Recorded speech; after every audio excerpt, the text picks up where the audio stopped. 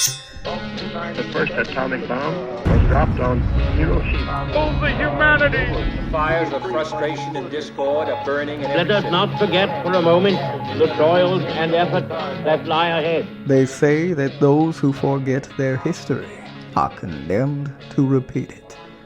This is the History Lessons Podcast with certified financial planning practitioner Patrick Huey, author of History Lessons for the Modern Investor, and your guide to financial wisdom in the past, present, and future. You ready? Good. Let's get historical. Historical? Yeah, I guess so. This is the History Lessons Podcast for the week of January the 1st, 2024. Happy New Year. I'm still Patrick Huey, author of History Lessons for the Modern Investor. And if you're a modern investor seeking some historical perspective, friends, you are in the right place. This week, we'll be talking about ball drops, Viking humility, and fantasy football flameouts. But first, the news. Yeah, if you were asleep like I was when the ball dropped on New Year's Eve, well, here's a party-themed recap of the last couple of weeks in economic data. From soaring highs to surprising lows, this gathering was one of the most unpredictable soirees of the year. First up, new single-family home sales. Unfortunately, these sales seemed a bit party-shy, declining by 12.2% in November, more than even the most pessimistic forecast. The large decline for the month leaves the monthly sales pace at its slowest in a year, which revises the upward trend of the entire year of 2023. Yikes. Next up was existing home sales, and these were pretty much a wallflower, increasing by a mere 0.8% in November. Then came housing starts, and the housing market was like trying to predict which song the DJ would drop next, unpredictable. Housing starts surged 14.8% in November, leaving economists stunned and developers doing a victory dance. Durable goods orders. Now, this was the life of the party. Durable goods orders arrived with a bang, rising 5.4% in November. And that transportation category, cars and airplanes, was as popular as the appetizers at the buffet. Real GDP growth, the economy strutted in with a revised 4.9% annual growth rate for Q3. Sure, it might have been a slight revision downward, but hey, who doesn't tweak their outfit last minute before hitting the dance floor? It's still a good, robust number, even if it got a last-minute adjustment. It's pretty normal. Will it last? Probably not. Signs still point to a mild recession on the horizon. This dance floor is lively, and the surprises will keep us all on our toes, especially in the year ahead. Next up, we'll charge the Wayback Machine and head back in time for this week's history lesson. But first, this word. Interest rates are rising, and your annuity purchased in the last decade might not be keeping up, which means your financial plan may be falling behind. So if you own a deferred annuity, fixed, indexed, or variable worth more than $250,000, now is the time to review it and make sure it is doing all that it can for you and your financial plan.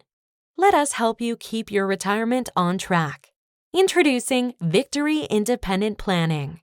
VIP turns complex financial matters into clear and confident solutions, so you can relax and enjoy retirement whenever it arrives. Get the Annuity Review Kit now. This complimentary kit includes a variety of checklists, resources, and ebooks to review the fees, features, and flexibility, or lack thereof, in your current annuity contract. It will even help you assess your overall investment goals and the people who are offering you advice. Get the kit today, because you can't teach an old annuity new tricks. To learn how VIP can help you review your annuity, click on the link in the show notes or go to victoryindependentplanning.com. That's victoryindependentplanning.com. Sign up for peace of mind today. Alexa, charge the Wayback Machine for me and set it for 1017 AD. Charging Wayback Machine. On January 6th, 1017, the Danish Lord Cnut, son of Svein Forkbeard, becomes the first Viking King of England. King Cnut, who added Norway, Denmark, and parts of Scotland and Sweden to his rule, established a North Sea empire which lasted for nearly 20 years in relative peace and prosperity. A famous story of that era told of Cnut becoming enraged by his royal court's blind obedience, flattery, and fawning. He commanded his throne to be carried to the seashore and majestically demanded the waves to recede and the tides to retreat. Everyone watched and waited. Cnut's feet got wet, then his ankles. Finally, waves were crashing about his knees. The king then threw down his crown and proclaimed, "Let all men know how empty and worthless is the power of kings." It may just be a story, but Cnut's power was certainly not limitless. He died at the age of 40, and his empire fragmented. And it would be until 1066 before the Norman King William next united England. How incredibly novel it seems to the modern ear when an administrator or leader shows some humility and understands the limits of their power. Indeed, 2023 ended on the opposite note, with the Federal Reserve commanding the inflationary waves and the tides of increasing prices to cease and desist, while projecting that they will be able to cut interest rates by an average of 0.75% in 2024. Markets celebrated like Vikings, minus all the pillaging. And all this while inflation, while muted, is a full 1% above the Fed's own target rate. This is like the Vikings, the football team, spiking the ball at the 10-yard line and calling it a win. Modern monetary policymakers needn't go back so far in history for their lessons. Fed Chairman Arthur Burns reignited inflation on multiple occasions back in the 1970s by cutting rates too soon and watching helplessly as the waves ignored his instructions. Wayback Machine disengaged. Returning to the year 2024. Finally this week, it's on to the mailbag. You've got mail. This message says, "Hey, after your fantasy football team flamed out in a giant dumpster fire, ouch, after going 13-2 and leading the league, you got bounced out in the first round of the playoffs. Any lessons learned for investors?" Okay, full disclosure, I wrote that message to myself. And after some introspection, I've come up with the following. First, I learned that past performance is definitely not indicative of future results. You can't control the Bills shifting to a run first without Josh Allen type of offense. You can't control injuries to Tank Dell or a variety of other skill players. In general, the best you can do is follow a good process and try not to worry too much about the things you can't control. Parallels to investing? Yeah, those should be obvious. Second, I learned that having a bunch of players with a moderate floor and a moderate ceiling just isn't enough come playoff time. I had players who were solid, but none who were spectacular except for Josh Allen on certain Sundays.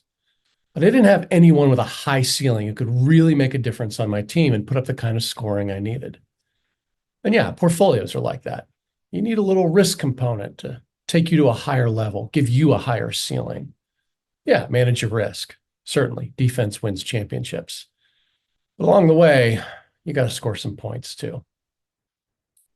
Well, my fellow historians and fantasy football players, that is all for this week. Be sure to check out my book, History Lessons for the Modern Investor. It's available on Amazon.com. Be sure to do all that social stuff, like this episode, follow us wherever you see or hear your podcasts. I'm available on Substack, Spotify, Apple Podcasts, and YouTube. Until next week, when we'll take another rollicking romp through the past and make an investment in your future with history lessons for the modern investor. See you next week.